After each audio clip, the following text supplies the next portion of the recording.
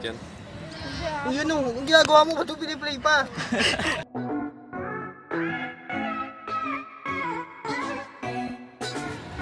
Hello, what's up mga ka-DRR? Nandito yung Group 2 upang i-live sa inyo yung mga sure at hindi sure na idea ng aming mga kamag-aral tungkol sa Landslide? sinkhole, Subsidence. Okay na yan! Okay na yan! Hello, what's up mga ka-DRR? Nandito kami ngayon yung Group 2 upang i-live sa inyo ang mga sure at hindi sure na idea ng aming mga kamag-aral tungkol sa Landslide? Subsidence? sinkhole. Tara! Samahan nyo ako, maghanap tayo ng mga pwede nating tanungin. Shoutout nga po Ngayon, na dyan sa maghanap mga kami ngayon ng Coaching pwede naming maganda na pwedeng tanungin kapnapin. about sa landslide, subsidence, tsaka sinkhole. Yan. Maghanap kami ng tatanungin, wala pa din. For love. Di natin nagpe-play. Sasabihan. Go!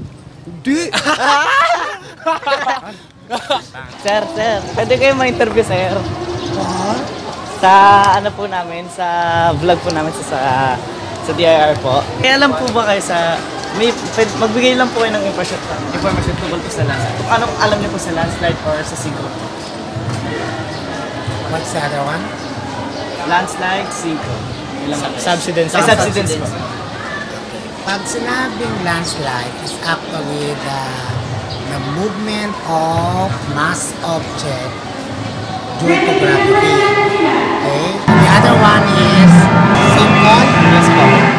Pag subsidence yun, ano?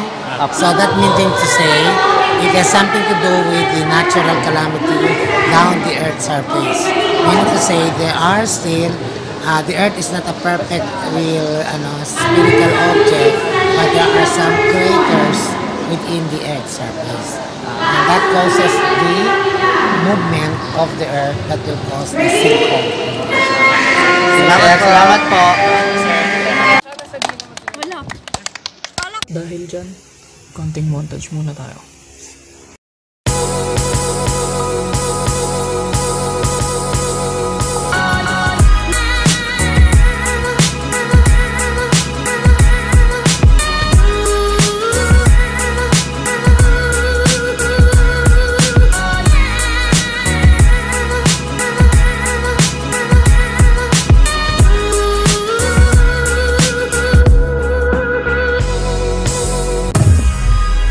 So yun guys, ako naman yung makakasama nyo ngayon kasi yung boys natin, sila naman yung nag-explain, nagtanong sa mga perpetualites kung ano ang landslide, subsidence, tsaka ewan ko kung ano yun, basta yun na yun, bayan mo na, alam nyo na yun, malalaman nyo rin naman. So nandito si Berna, wow, yayamanin kita ng kotse, oh, pak na pak talaga.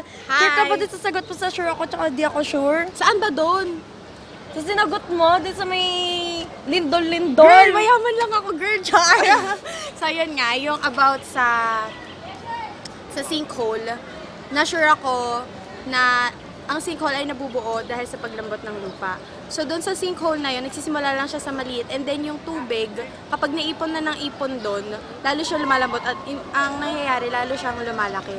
So, nagiging hazard din to kasi may pwedeng ma-harm yung ibang tao na pwedeng mahulog doon or what kasi dahil sa paglambot nga ng lupa. Yun, kaya sure ako doon. Oh, sure talaga siya porket mayaman mo, may kotse. Tara maghanap tayo. May kasama. Ay, sino yan? Sino yan? Hi! Hi! Sino yung kasama mo? Friend, CJM. Friend mo ba talaga? Ay, friend mo ba talaga? Ay! So, yun nga. Sure ka ba talaga doon? Sa sinabi mo. Ano ba yun? Sure ako na yearly may namamatay. Yearly may namamatay dahil sa landslide. As a matter of fact, sa Bicol may 16 na namatay dahil sa landslide. At sa US naman ay merong average of 25 to 50 na tao ang namamatay dahil pa rin sa landslide. Pero mostly dahil sa rock fall and debris flow. So, tara naman hanap. Diego ay pangalan mo? Diego? Pangalan mo? Diego? Nasaan yung Diego mo? Dora Aquachera.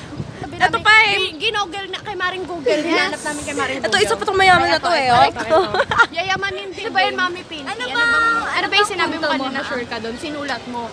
Hindi ako sure. Hindi ka sure? Ano yun?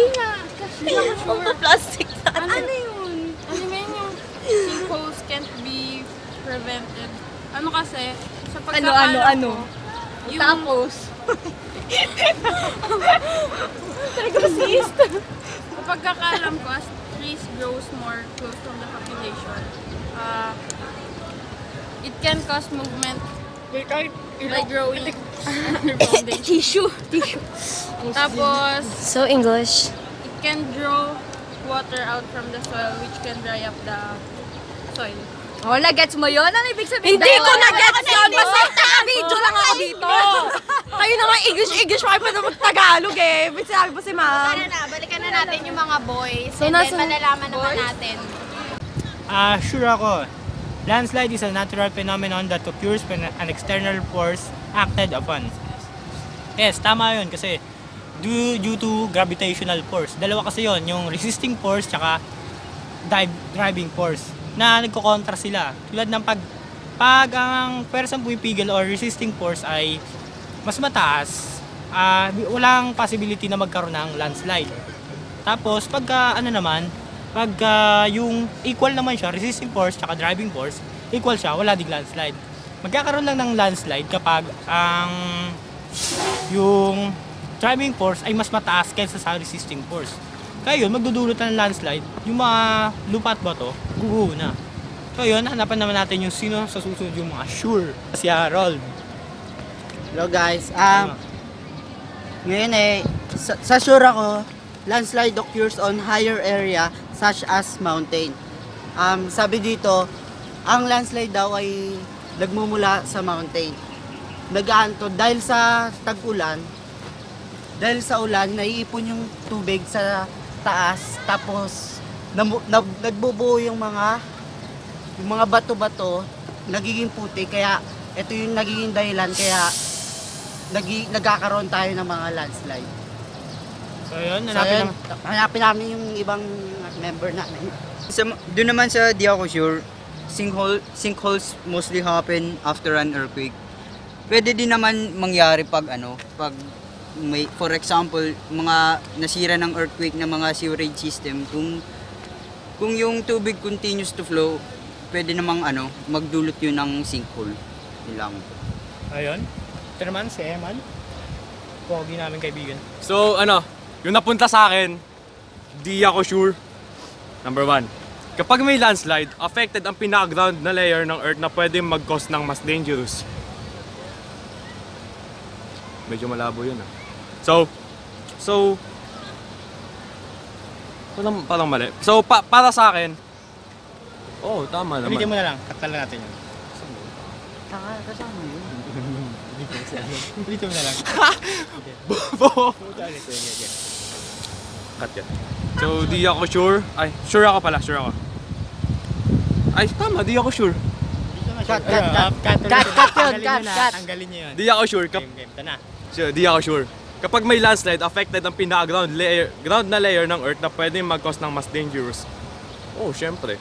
Kung yung crust, ang landslide nag-occur dyan sa crust, yan yung pinaka-layer ng earth, syempre. So, with the sudden movement, pag lumambot yung lupa, so magkakaroon ng landslide, mas mataas, mas malaki yung impact sa baba, mas malaki yung pwedeng maging cause na damage. So, kung may bahay sa baba, yun yung, kunyari may community, tapos may bundok, mas malaki talaga yung damage na mangyayari pag may or pag may landslide.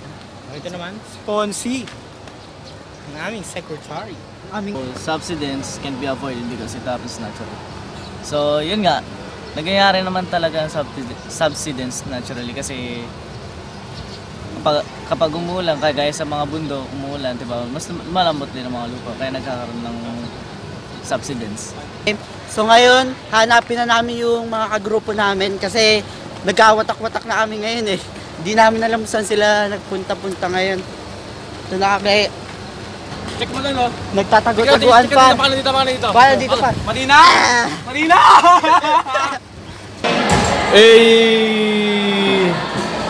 Ito pa yung freelance model po namin. Gumagalaw talaga. Ay, ganda ko. Sabatiin nyo, ano ko sa buka?